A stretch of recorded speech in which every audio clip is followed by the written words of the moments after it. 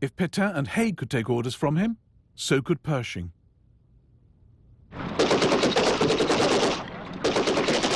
But the Americans went their own way over how to fight. Captain Christensen gave a training lecture to some of the newly arrived American troops.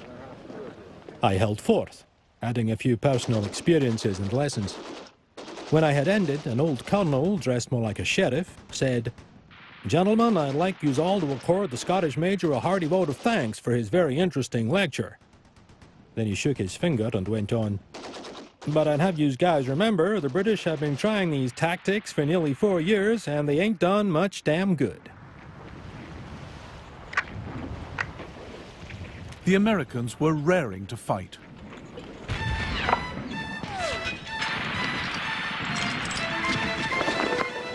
We all seemed to go crazy, for we gave a yell like a bunch of wild Indians and started down the hill running and cursing in the face of the machine gun fire. Men were falling on every side, but we kept going, yelling and firing as we went.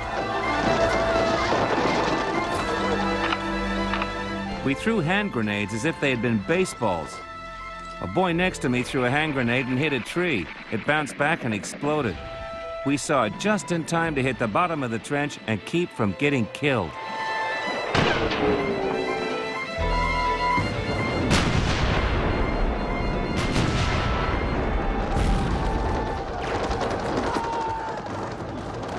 By refusing to learn from the Allies, the Americans fought in 1918 the way the Allies had done in 1914, charging across open ground without adequate artillery support.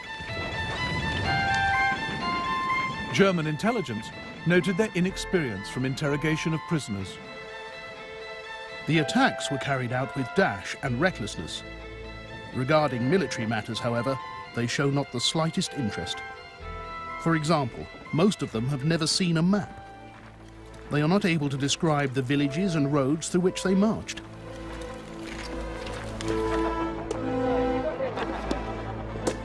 The Americans had a lot to learn, but their presence gave the Allies a huge morale boost. They looked larger than ordinary men. Their tall, straight figures were in vivid contrast to our undersized armies of pale recruits. I pressed forward with the others to watch the United States physically entering the war. So godlike, so magnificent, so splendidly unimpaired in comparison with the tired, nerve-racked men of the British Army. So these were our deliverers at last. And with the knowledge that we were not, after all, defeated, found myself beginning to cry.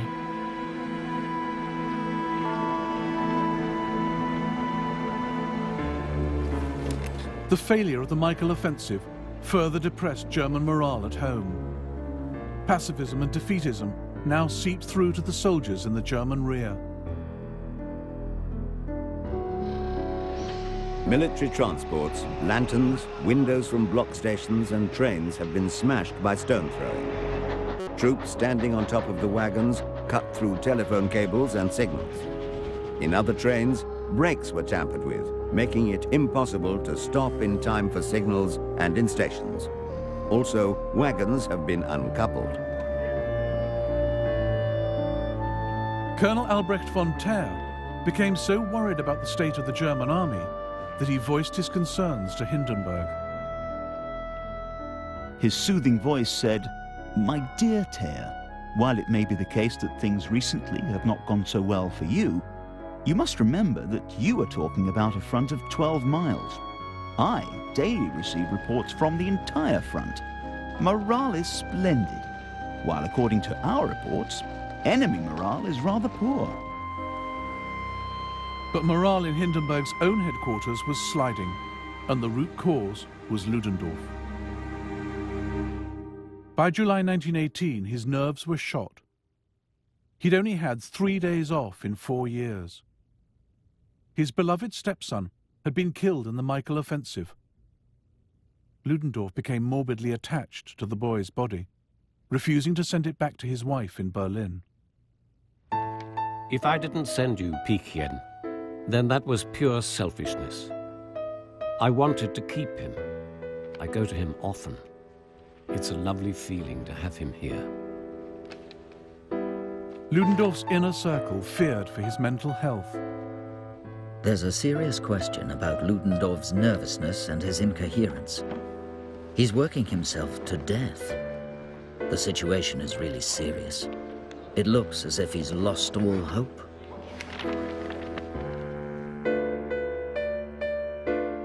Throughout June, the Germans grew weaker and the Allies stronger.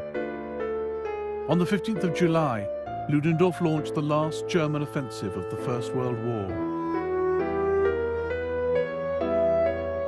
I have lived through the most disheartening day of the whole war.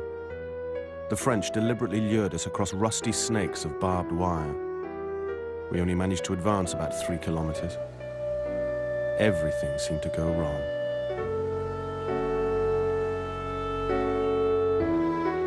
Then the French struck back at the Marne.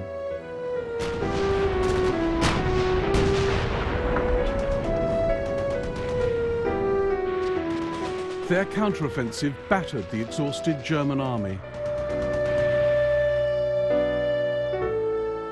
It looks as though we are being thrown against the largest enemy counteroffensive of all time, and it was supposed to be our offensive.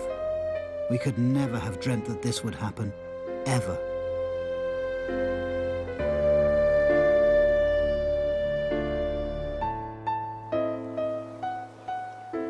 Germany had suffered nearly 1 million casualties since the glory days of March.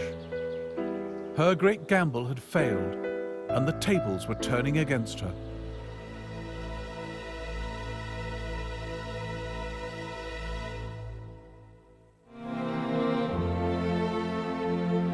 In the next episode of the First World War, the strange sudden ending of the war, the bitter legacy of Versailles, and the search for meaning in the terrible losses.